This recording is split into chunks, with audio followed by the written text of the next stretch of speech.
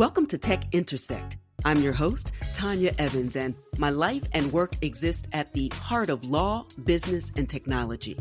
Yeah, I've earned a few fancy titles and degrees over the years, but the bottom line is I'm a writer, speaker, teacher, and lifelong learner, and I'm really excited that you've joined me on this journey. So what is Tech Intersect? Well, it's authentic, empowering conversations with really interesting guests who demystify complex topics to prepare you for the future, because your future is now. And it exists where law, business, and tech intersect. Get ready to listen, learn, and leverage. Let's get started. In this episode of Tech Intersect, I welcome Marta Belcher to the show. Marta is the General Counsel and Head of Policy at Protocol Labs and the Board Chair of the Filecoin Foundation and the Filecoin Foundation for the Decentralized Web. She also serves as Special Counsel to the Electronic Frontier Foundation. Marta is a true pioneer in the cryptocurrency law space, entering the crypto world in 2015. And she has spoken on the topic around the world, including the US Congress, European Parliament, the New York Senate, the OECD, and in Davos during the World Economic Forum. Now, Marta has drafted amicus briefs in the United States Supreme Court and the U.S. appellate courts for high-profile public interest organizations, including EFF, the Center for Democracy and Technology, Public Knowledge, the Cato Institute, the National Consumers League, Project Gutenberg, and the Blockchain Association. Marta has been recognized twice by the Financial Times Innovative Lawyers Awards, was named to Law 360's list of top attorneys under 40, and was number 18 on Crypto Weekly's list of most influential women in crypto. She also happens to be one of my favorite badasses in the biz, so I'm really excited about this episode. In this conversation, we talk about the importance of data and financial privacy and security, the power and importance of distributed storage made possible by the interplanetary file system, or IPFS, and incentivized by projects like Filecoin. And also her intriguing exclusive interview with Edward Snowden and the opportunities and impact of dynamic women, especially lawyers in the blockchain space. Listen, share, and repeat. This is a must-listen episode. Now, before we jump into the episode, please take a moment to follow this podcast and then like, share, and comment so that others who would benefit from this content can find it. Okay, it's time to listen, learn, and leverage. Let's get started. Today, I am over the crypto moon with joy to have this conversation on Tech Intersect with the one, the only, the inimitable Marta Belcher. Marta is the General Counsel and Head of Policy at Protocol Labs and the Board Chair of the Filecoin Foundation and the Filecoin Foundation for the Decentralized Web. She also serves as Special Counsel to the Electronic Frontier Foundation, or EFF. And I've been anticipating and hoping the stars aligned for a while now, because Marta and I are in a pretty awesome, badass, and evidently super exclusive club. We are only two of a few women who lead a major foundation in the crypto ecosystem. As you know, if you are a loyal listener of Tech Intersect, I serve as the chair of the Maker Foundation that was created to steward the protocol through its early days until the holders of the Maker token were ready to take on all aspects of stewarding the project. Marta is a wicked smart trailblazer, an expert in civil liberties, blockchain, and intellectual property, and one of my faves in the space. We'll talk about all of that in a moment, but first, Marta, my sister, welcome. Thank you so much for having me. I have to say, very much likewise, I have been waiting to get to sit down and have a conversation with you, and I am so excited, after having been on panels together and seeing you speak and seeing you out front in the space. I am so excited, not only that I get to have some one-on-one conversation with you, but also that it gets to be recorded for posterity. Yes, right? So, we'll have the off-the-record conversation later, but I'm really excited to be on the record now, getting to chat with you, and truly, truly so excited to be, fellows in this space. So I'm really excited to get to chat today. Thank you so much. And yes, I will have my people call your people, and we'll take it off of Twitter and into, in the before times, I just like vibe to wherever you were, and in the after times, I look forward to seeing you for sure.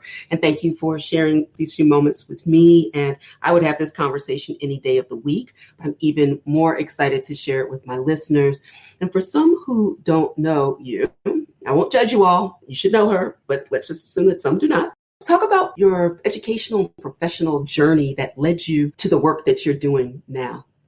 Sure, absolutely. Well, I mean, to be quite honest, my dream job was always to go work at the Electronic Frontier Foundation, and I started out as an IP litigator. I really wanted to do tech law, but the thing that has always really driven me is sort of the civil liberties aspect of technology. And so, in about 2015, when things in crypto were just sort of starting to get onto my radar, I just thought it was the coolest technology for many reasons. But I mean, for me, the thing that was really compelling about cryptocurrency was the fact that it could take the anonymity of cash and the civil liberties protections of cash and import that into the online world. And I thought that was really cool. I thought, I also sort of, thought that the technology has so much potential for civil liberties, and was really excited to start thinking about it and writing about it and working on it. And, over time, that very quickly from 2015 to 2017 to, today, really very quickly became everything that, became my absolute focus. And I'm very lucky to get to work on that, both specifically to work on Filecoin and to get to work on the decentralized web generally, and really building the decentralized web through Filecoin. And I'm also really lucky to get to continue to work with EFF on the civil liberties issues that surround cryptocurrency and other sort of financial issues. Yeah, it's a really interesting time. First of all, I need people to fully appreciate, and let's set the stage in terms of the history or the arc of this current iteration of digital cash. We know that there were different forms of digital cash that predate Bitcoin, to be sure. Satoshi put some Satoshi magic on it in 2009. I'll drop a link to the Satoshi white paper for those who are not familiar. That really changed the game. But between 2009 up until 2015, we start to see Ethereum come on the scene.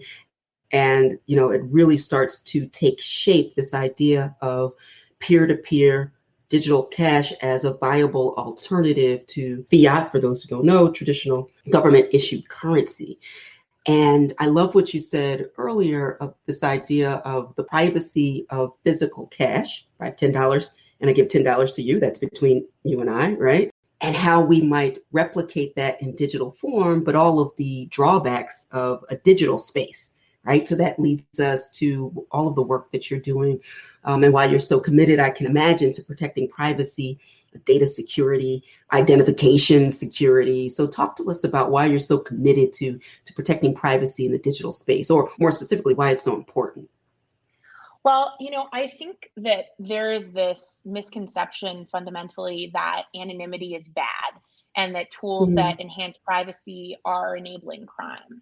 But privacy for me is not bad. It's not illegal. I think it's absolutely essential for civil liberties. And I think that's true in all contexts, but I think that's especially true in financial contexts. So just to give you one example, I often think about pictures from the Hong Kong protests that showed these really long lines at subway stations as these pro-democracy protesters were waiting to purchase tickets with cash because they didn't want their electronic purchases to place them at the scene of the protest. So for me, this really underscores that a cashless society is a surveillance society, and really underscores the importance of the ability to transact anonymously. And so for me, cryptocurrency is so important for civil liberties because it imports the anonymity of cash into the online world. And that's a feature, not a bug. But I think, right now, for whatever reason, in the traditional financial system, we sort of just accept the idea that banks and financial institutions are handing over our transactions to the government at a massive scale without a warrant. And we sort of Right. accept that as being normal in the financial context. But I don't think it should be normal. I'm increasingly disturbed by the fact that governments around the world, including in the United States, are taking the mass surveillance of the traditional financial system and imposing it on cryptocurrency. And I think it's something that we really need to fight from a civil liberties perspective. So that's one of the areas I've been focusing on in my work to date. I think it's so important, and my mind is spinning because I have a million questions that follow. There are two things that immediately come to mind. My current personal experience in purchasing real estate and the amount of information that I find unbelievable. In fact, I walked away from one TradFi institution to do this deal in another way because I just found it abhorrent, the amount of information that they, the months of bank statements and all of these things. And it's like, I have 800 credit, no debt, no kids. Are we going to do this or not? Right. It's like, right. Are we going to do this or not? And always in the back of my mind, I'm wondering, am I being treated differently as a Black woman? In full transparency on here, Black queer woman, or are these all the questions that everyone is asked? This over documentation of something that seems so clear, but everybody at some level has some aspect of the friction is not strong enough a word. The intrusion, the unbelievable intrusion for something. Either I am who I am or I'm not. Evidently, I am. Either I have what I have or I don't. And blockchains and crypto are really great ways to do that. And so I've been increasingly more frustrated in that space with the amount of information we're turning it over to a system that has not treated our data with integrity. # understatement. So I'm wondering your thoughts on just when I think about decentralized finance, and we'll kind of transition to that discussion as well, why there may be a viable alternative in DeFi to replicate this idea of savings and loan in a context where we don't have to give away our first child and a blood sample to actually make this happen. Yeah, I absolutely agree with everything you're saying there. I mean, I think there's multiple threads that come out of this, but I mean, I think one is really incredible how we as a society have just come to accept the amount of, or I should say, the lack of anonymity in financial transactions. And for that to be the case, not just for large purchases like homes, but also to be the case for very small transactions, and to have the ability for these transactions not only to be surveilled, not only to be turned over to the government by default, but also for them to be blocked, for financial intermediaries to be censors, for financial intermediaries to be able to sort of police what people do. So, you were talking about home buying, but one of the big things that is in the news this week is OnlyFans having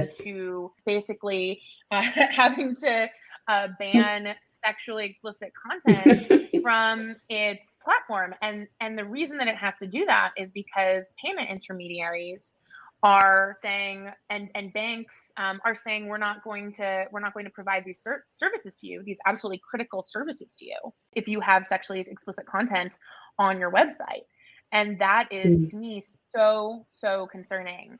This is not the first time this has happened. This has been an ongoing problem with banks, but it's one of the biggest, I think, in recent memory. And I think the idea that perfectly legal content could be censored by executives at a bank or executives at a payment processor is pretty disturbing.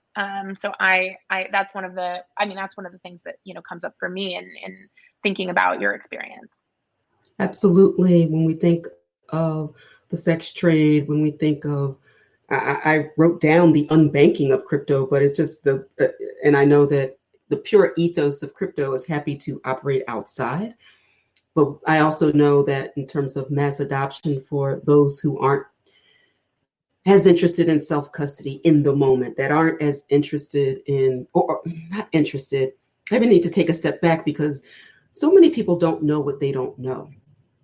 When I think of how we are, the collective we raised to just assume that someone else is better to manage our money and therefore our lives than we are, that is a mind shift that has to happen in every community, in most cultures, in every community, certainly here in the States.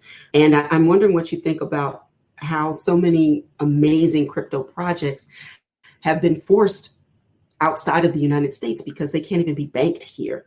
I get the sense that that's changing. I know the work that Caitlin Long is doing, Avanti, and all sorts of things. But what are viable, innovative projects to do if they can't set up a bank account to actually transact in the United States? Yeah, I mean, the amount of time that cryptocurrency innovators are spending trying to find a bank account, to me, is ridiculous. I would venture to say almost every cryptocurrency project or even individuals who are working on cryptocurrency have had problems with banks, basically, suddenly freezing their accounts or, suddenly refusing to bank them. I think we as a society would be much better off if cryptocurrency innovators were spending their time innovating rather than trying to get a bank account. And so, I think that's just one example. It's interesting. There was actually, so right before Brian Brooks left office as the comptroller of the currency earlier this year, he actually had finalized a fair access to financial services rule, which would have actually prevented banks from refusing to serve classes of customers that they found, politically or morally unsavory, right? But who were engaged with legal behavior. And so I really thought that rule was a huge win for civil liberties, but for whatever reason, it somehow magically just didn't make it into like it got finalized before his last day in office, but it somehow just didn't make it in. I still don't really know what happened there, but ultimately it did not go through. But I mean, I think had that gone through, that would have been an incredible win for civil liberties, and I think also a big win for innovation in this space. And it's certainly something that people in the cryptocurrency space are unfortunately very familiar with.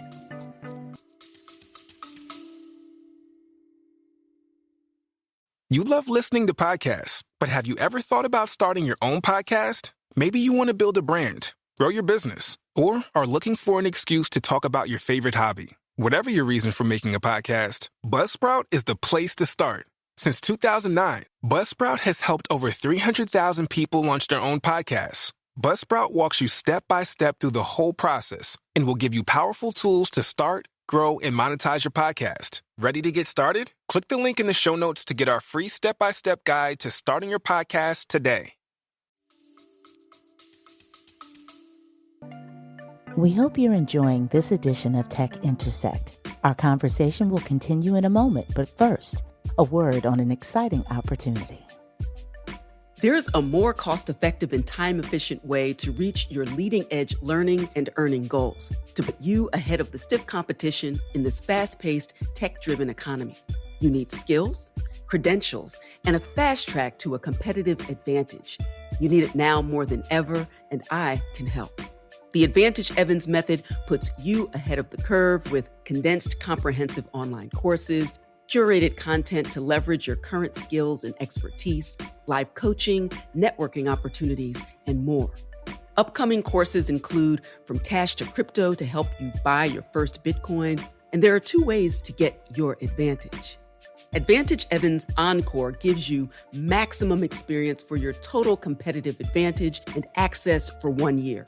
It includes a live welcome and modules on terminology, buying and selling, exchanges, mining, earning crypto, trading and investing, and also several of the legal issues you need to know in order to be safe and secure as you enter this space. That includes tax compliance, how to plan for a Bitcoin estate, and securities laws to make sure you avoid any legal unforced errors. Now, Advantage Core gives you the essentials. It's a short course to give you what you want and the support you need to buy your first crypto in as little as 3 weeks, with access to the information and replays for 3 months. And if you're not quite ready for your Advantage and want a sneak peek to try before you buy, then register for a free masterclass where I share my Crypto 101 success checklist and cover current hot topics in crypto. So there truly is something for everyone, including you, to get in on the fast track and learn and earn in the digital economy. Visit AdvantageEvans.com to get started. That's AdvantageEvans.com. And now, back to the conversation. Yeah, I'm going to have to circle back to that. I teach administrative law in the spring. And if no admin law students are listening, that'll be a great, at least problem set, perhaps midterm. And maybe that needs to make it into the final, because I don't know what happened either. But from a promulgation perspective, we need to double down on that. The final question I wanted to ask you about privacy and security, I was really excited to see that you had a recent conversation with Edward Snowden about mass surveillance and privacy or lack thereof in traditional finance, or are we calling it TradFi now? I don't know. What are the cool kids saying? You let me know what the word on the street is about what we're calling traditional finance, other than the devil. But what was it like to actually speak with Snowden and some of the things that you covered? Well, yeah, it was so cool. It was such a cool conversation. Definitely one of the best conversations I've ever had. It was really, really cool to get to sit down and talk to him about mass surveillance in the traditional financial system and how cryptocurrency can be used to enhance civil liberties. And we talked about all sorts of things. We definitely talked about the extent to which the traditional financial system just assumes that it is normal and okay for financial transactions to be handed over to the government without a warrant, Right. and why that's the case. And one of the things we talked about is, I have a theory that if that issue went back up to the Supreme Court now, we would actually get a different ruling, and it would turn out that the Supreme Court would hold that law enforcement needs to get a warrant before it can get massive amounts of data about financial transactions, as opposed to Right. the system we live in now, where it all just gets turned over. So we talked a lot about that, and the sort of reason behind that, which is the third party doctrine. This idea that if you have a third party that gets access to your data, that suddenly you lose your reasonable expectation of privacy in that data, and the government can just have mass surveillance programs where it gets broad swaths of information handed to it. And the way that the Supreme Court has in recent years been thankfully chipping away at the third party doctrine and what that might mean for the future of financial transactions. So we talked a lot about that, and it was just really, really cool to get his perspective on these issues that obviously he's thought a lot about. So really, really cool opportunity, especially in his role now as president of the Freedom of the Press Foundation. Absolutely, and I love that you had the conversation in particular. And my understanding, it seemed like Twitter seems to have been all ablaze during that conversation as well. So I look forward to listening to it. Watching it. I am going to drop a link in the show notes to it so that we can all experience and have a fuller appreciation and understanding for the issues and some of the solutions that might lie in distributed technologies. And that brings me to your work at Filecoin as well. First, for those who are not familiar with Filecoin, can you describe what the project is? For me, the most important thing about cryptocurrency is that it really creates the ability to program your money. So you can write computer code that automatically transfers value when a particular condition is met. And so for Filecoin, we use that programmable money technology to create a decentralized file storage network. So the way that it works is if you have extra storage space on your computer hardware, you can rent it out to others who will pay for you to store their files. And a computer program will basically regularly check that the files are still being stored on your computer. And if they are, it'll automatically compensate you with cryptocurrency. So a lot of people compare this to like Airbnb for file storage. So storage providers will rent out their extra storage space and they'll earn Filecoin, and users will spend Filecoin to store their files on other people's computers. So that may sound like a pretty niche use case, but we really believe that this is potentially a foundational technology for the next generation of the internet. And that's because today's internet is centralized, and the data that makes up the websites that we use every day mostly sits in data warehouses that are owned by just a few companies, Microsoft, Amazon, and Google. But, Right. if you add up all the storage capacity and computing power on all of our individual devices, you really start to wonder whether we actually need those websites to sit in data warehouses unused, when instead we can really combine our storage and computing power into a supercomputer-like network. And so Filecoin creates the incentive layer that makes the decentralized internet model work by rewarding people for making storage space available to others. So that's the sort of TLDR of what Filecoin is.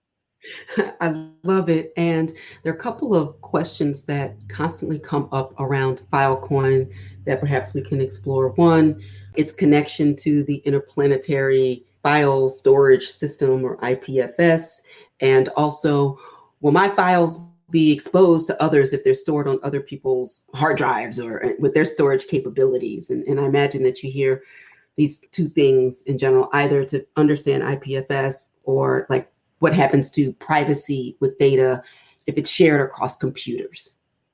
Yeah, totally.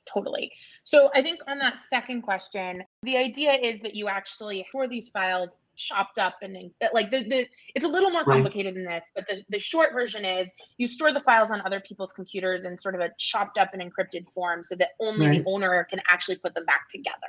Right. So that's the idea behind that piece. On IPFS, so IPFS, the interplanetary file system, is the file storage network that Filecoin builds on top of and sort of creates the incentive layer on top of IPFS. Right. And so, what is IPFS? So I think you can imagine it by analogy. So right now on today's internet, if you go to a particular web page, that information is being retrieved from a particular server somewhere in the world, and that might be very far away from you. And so imagine that you just read a really good book in physical hard copy and you recommend it to a friend and you say, well, it's in the New York Public Library on the second floor, third shelf from the left, and 5 books over. But you don't tell your friend the name of the book. So that's basically how today's internet works. So to get that book, you're going to have to fly to New York and go to the public library and find the place on the shelf where the book is supposed to be.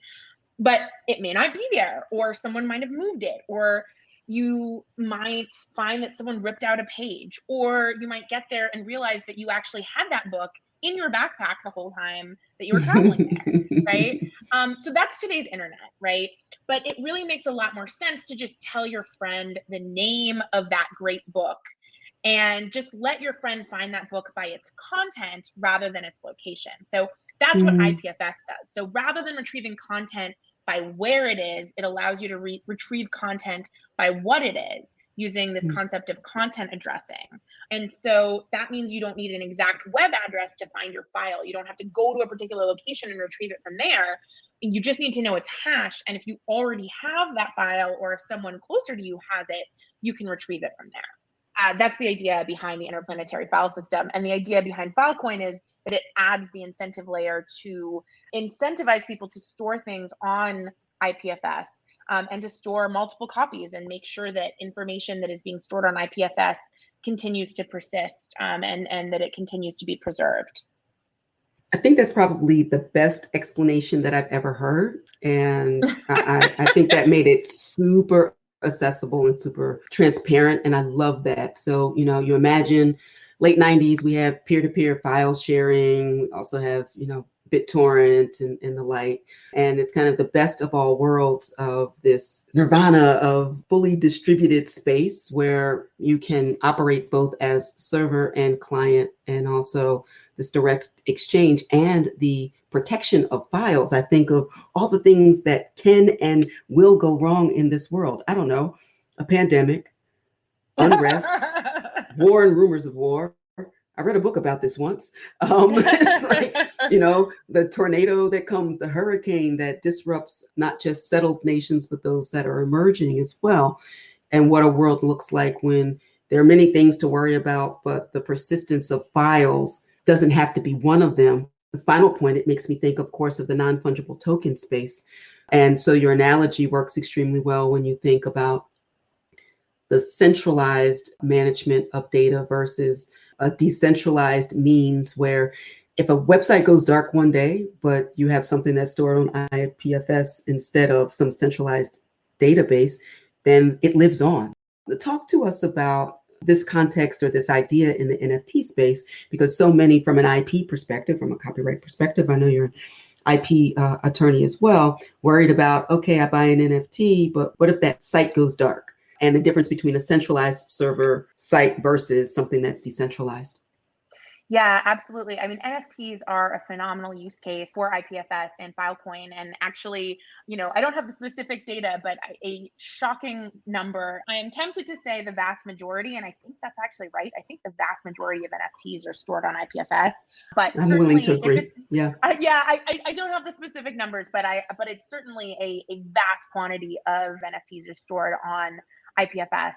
And the reason for that is that if you are buying an NFT, you really do want to make sure that you're going to have access to that NFT, even if there's a particular company goes dark, right? You don't want to have to rely on a particular company or particular server to have to persist in order to have this thing that you just spent all this money on continue to persist. And so, rather than having one company that pays for AWS storage, on a particular server of your NFT, it just makes a lot more sense if instead of storing your NFT that way on one server, paid for by one company, you actually store it on IPFS where you can have multiple copies of the same thing. You can have backups on backups on backups. And when you put in the content address, the thing that happens is it actually goes and gets your NFT, whatever the closest copy of your NFT is, instead of going to a particular server somewhere across the world.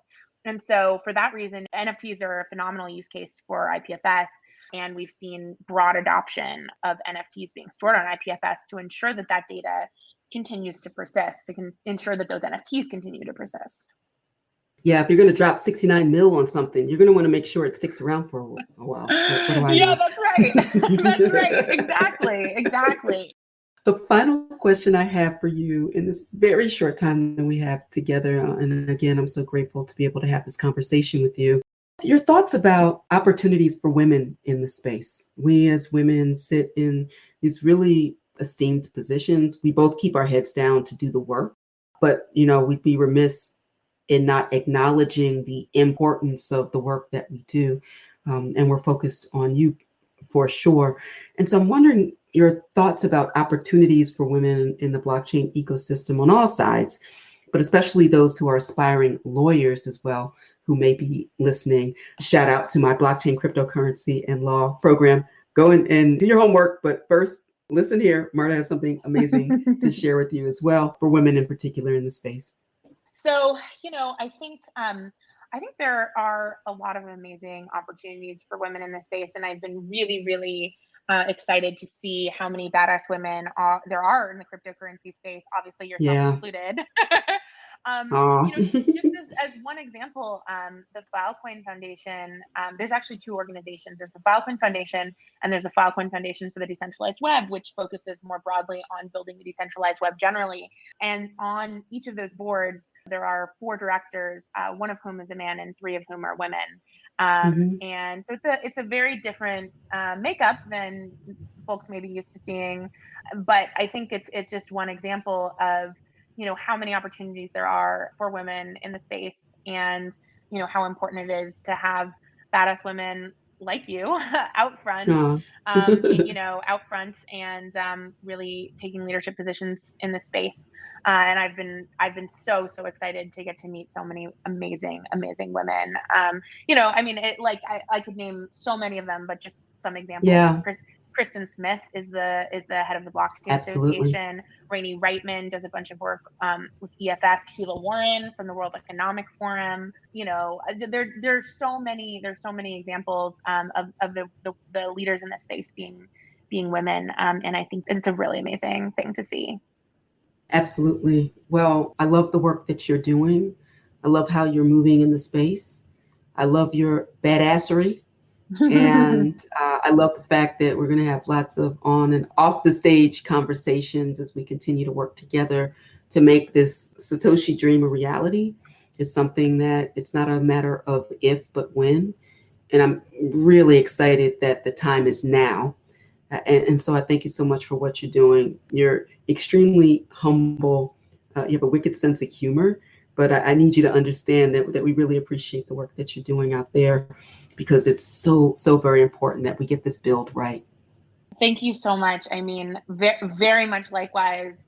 The badassery is multi-directional here, and I feel very lucky to get to sometimes share the stage with you, sometimes get to share a podcast with you, and excited to get to have more one-on-one time in the future as well. And it's so amazing to have you out front in the space. And you are definitely one of the very badass women leading the charge. So thank you for all your amazing work, and thank you for having me as part of this conversation. Absolutely. Well, before we get out of here, tell people where they can learn more about you and your work, and I'll be sure to share that in the show notes. Sure, absolutely. So we've got two phenomenal two websites. One is fil.org, and the other is ffdweb.org for the Filecoin Foundation, and the Filecoin Foundation for the Decentralized Web. And then in terms of EFF, EFF.org has lots of awesome content about EFF's work on cryptocurrency and civil liberty specifically, lots of great blog posts, and very excited to contribute there as well. Awesome. Marta Belcher, thank you very much. It's the beginning. It's definitely not the end. And I'll see you in the Twitterverse, because yes. That's my second home. I look forward to it, the Twitterverse and elsewhere in the near future. Thank you so much for having me. Financial privacy, data security, and the emergence of distributed storage are all critical for the successful evolution of this latest iteration of the World Wide Web. And the presence of women like Marta in positions of power and in the room where it happens, helping to build and to lead, is essential. Opportunity awaits. So carpe diem, because the future is now. Now, before we sign off, please take a moment to like, comment, and share this episode and this podcast with your networks. Follow me on social media and let me know what topics you'd like to hear more of and who you want to hear from. All right, that's all for this episode. Until next time, continue to shine. Stay in touch with host Tanya Evans via your favorite social media. On Twitter at Tech Intersect. And on Instagram via the handle Tech Intersect. This podcast has been produced by Stephanie Renee for Soul Sanctuary Incorporated.